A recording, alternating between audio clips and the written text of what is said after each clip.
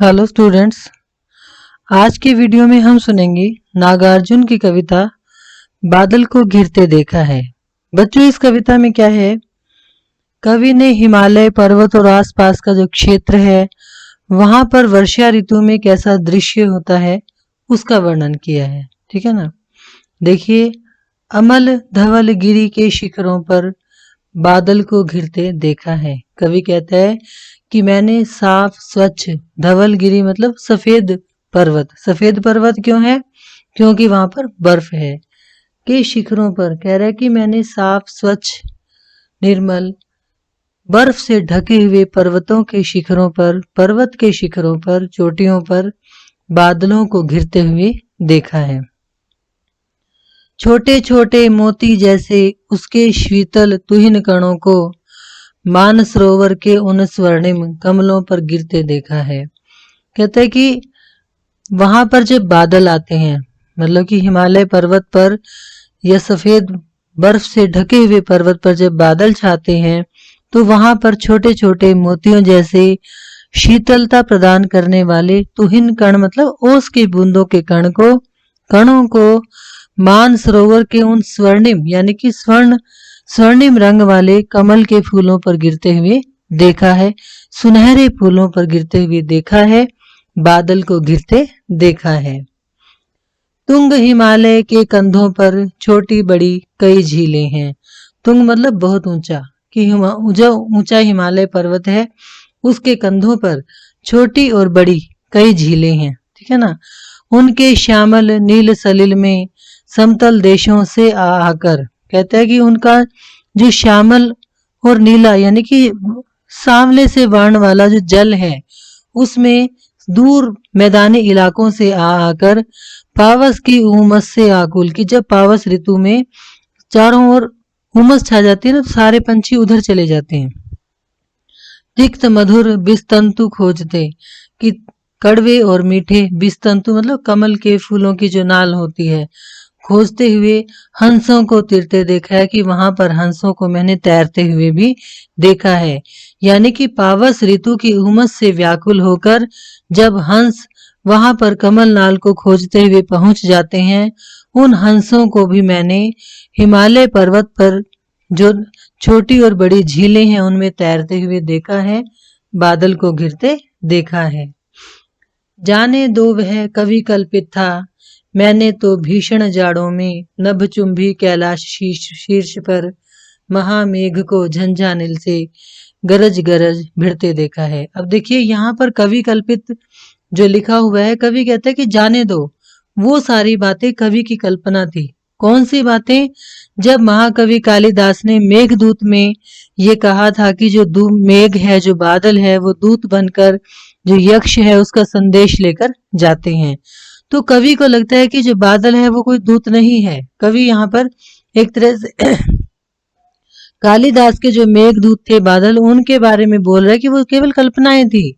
कह रहे थे मैंने तो भयंकर जाड़ों के मौसम में नभचुंबी कैलाश शीर्ष पर मतलब आसमान को छूने वाले कैलाश पर्वत की चोटी पर महामेघकों के घने बादलों को झंझानिल मतलब तूफानों से गरज गरज भिड़ते देखा है। कि मैंने तो देखा है कि कैलाश पर्वत की ऊंची चोटियों पर घने बादल तूफानों से गरजते हैं और आपस में भिड़ते हैं, बादल को घिरते देखा है। इस प्रकार से कवि ने हिमालय पर्वत की ऊंची चोटियों पर बादलों को घिरते हुए देखा है। शत शत निर्झर निर्झरणी कल मुखरित देवदारू कानन में, कहता है कि हजार सैकड़ों सैकड़ों छोटे बड़े झरने, निर्झरणी मतलब छोटा झरना और निर्झर मतलब झरना, ठीक है ना, कि सैकड़ों सैकड़ों छोटे बड़े झरने मुखरित देवदारू कानन मतलब देवदारू के जंगल में मुखरित होकर यानी कि आवाज करते हुए कलकल की ध्वनि करते हुए बहते हैं। शोणित धवल भोजपत्रों में, शोणित मतलब जो सूखे हुए हैं, धवल मतलब सफेद, भोजपत्रों में छाई हुई कुटी के भीतर यानी कि वहां पर जो देवदारू के जंगल हैं जहां पर सैकड़ों झरने बह रहे हैं, वहां का दृश्य कवि ने दिखाया है। देखिए कि सूखे हुए पत्तों की जो कुटिया है वहां पर बनी हुई है, यानी कि देवदारू का जंगल है झरने वहां बह रहे हैं और वहां पर सूखे हुए पत्तों की कुटिया बनी हुई है। रंग बिरंगे और सुगंधित फूलों से कुंतल को साजे। और उन कुटियाओं के भीतर कौन है? जो वहां पर स्त्रियां हैं, वहां पर जो लोग रहते हैं, उनके दृश्य का वर्णन कवि करता है कि रंग बिरंगे और सुगंधित फूलों से वहां की स्त्रियों ने अपने बालों को सजाया हुआ है। इंद्रनील की माला डाली और उन्होंने अपने गले में इंद्रनील जो फूल है उसकी माला डाली हुई है। शंख सरीखे सुघड़ गलों में। कौन से गले? जो शंख के समान सुंदर सुघड़ गले हैं। कानों में कुवलय लटकाए और उन्होंने कानों में बड़े बड़े कुंडल पहने हुए हैं। शतदल लाल कमल वेणी में। और सैकड़ों दलों वाले जो कमल के फूल हैं, वो लाल कमल के फूल उन्होंने अपनी वेणी मतलब चोटी में सजाए हुए हैं। रजत रचित मणि खचित गला में। अब रजत रचित मतलब चांदी से बना हुआ, मणि खचित मतलब जिनमें मणियां भी लगी हुई हैं, कला में मतलब सुंदर। पान पात्र, देखिए यहाँ पर वर्णन क्या है कि वो जो झोपड़ी के अंदर लोग रहते हैं, वहां की स्त्रियों ने अपने बालों को फूलों से सजाया हुआ है और उन्होंने अपने हाथ में क्या पकड़ा हुआ है? चांदी का मणियों से जड़ा हुआ सुंदर पान पात्र, यानी कि कुछ पीने वाला बर्तन या गिलास कह सकते हैं आप। द्राक्षासव पूरित, यानी वो द्राक्षासव यानी कि मदिरा से, अंगूरों के रस से भरा हुआ है। रखे सामने अपने अपने, और उन सब लोगों ने अपने अपने सामने उस गिलास को रखा हुआ है। लोहित चंदन की त्रिपुटी पर, और वो गिलास कहाँ रखे हुए हैं? लोहित मतलब लाल रंग वाले, चंदन की त्रिपुटी मतलब तिपाई, तिपाई वाला जो स्टूल होता है जिसकी 3 टांगे होती हैं, कि लाल रंग वाले चंदन से बने हुई तिपाई पर वो जो अंगूर के रस से या शराब से भरे हुए जो पात्र हैं वो रखे हुए हैं। और वो पात्र कैसे हैं? चांदी के बने हुए हैं और मणियां उसमें जड़ी हुई हैं। नरम निदाग बाल कस्तूरी मृग छालों पर पालथी मारे। और वो सारे लोग बैठे किस पे हैं? जो बाल हिरन है उसकी जो छाल है उस पर पालथी मारकर। और नरम निदाग क्यों है वो? क्योंकि वो बिल्कुल सॉफ्ट है और दाग से रहित है, बहुत ही साफ सुथरी है, उस पर पालथी मारकर बैठे हुए हैं। मदिरारुण आंखों वाले, और मदिरारुण मतलब शराब पीने से, नशे से उनकी आंखें लाल हैं। उन उन्मद किन्नर किन्नरियों की, कि किन्नर और किन्नरियां वहां पर मदिरा से लाल आंखों वाले किन्नर और किन्नरियां मस्ती में झूम रहे हैं। मृदुन मनोरम उंगलियों को वंशी पर फिरते देखा है। और उनकी जो कोमल सुंदर उंगलियां हैं वो बांसुरी पर भी फिर रही हैं, यानी कि वो कोई संगीत भी बजा रहे हैं। और ऐसे समय में मैंने बादलों को घिरते हुए देखा है। ऋतु वसंत का सुप्रभात था, मंद मंद था अनिल बह रहा। कि वसंत ऋतु थी, प्रातः काल का समय था और मंद मंद वायु बह रही थी। बालारुण की मृदु किरणें थी। बालारुण मतलब बाल सूर्य, यानी कि जो प्रातः काल का सूर्य होता है, कि बाल अरुण बाल सूर्य की कोमल कोमल किरणें वहां पर फैली हुई थी। अगल बगल स्वर्णाभ शिखर थे, और 2 मतलब कि स्वर्णिम चोटियां थी जो अगल बगल थी, यानी कि एक दूसरे के पास पास 2 स्वर्णिम चोटियां दिखाई दे रही थी। स्वर्णिम क्यों दिखाई दे रही थी? क्योंकि सूर्य की लाल किरणें अभी उन पर पड़ रही थी। यानी कि ये दृश्य है, वसंत ऋतु का समय है, प्रातः काल का समय है, मंद मंद हवा बह रही है, सूर्य की लाल किरणें वहां पड़ रही हैं, और 2 पर्वत की 2 चोटियां जो आसपास खड़ी हैं और वो स्वर्णिम दिखाई दे रही हैं, क्योंकि वहां पर सूर्य की लालिमा छाई हुई है।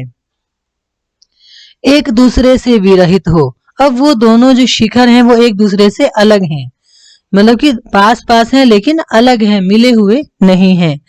अलग अलग रहकर ही जिनको सारी रात बितानी होती, क्योंकि उनके भाग्य में ऐसा ही लिखा है कि उनको सारी रात अकेले अकेले रहकर ही बितानी होती है। निशा काल से चिर अभिशापित बेबस उस चकवा चकई का बंद हुआ क्रंदन।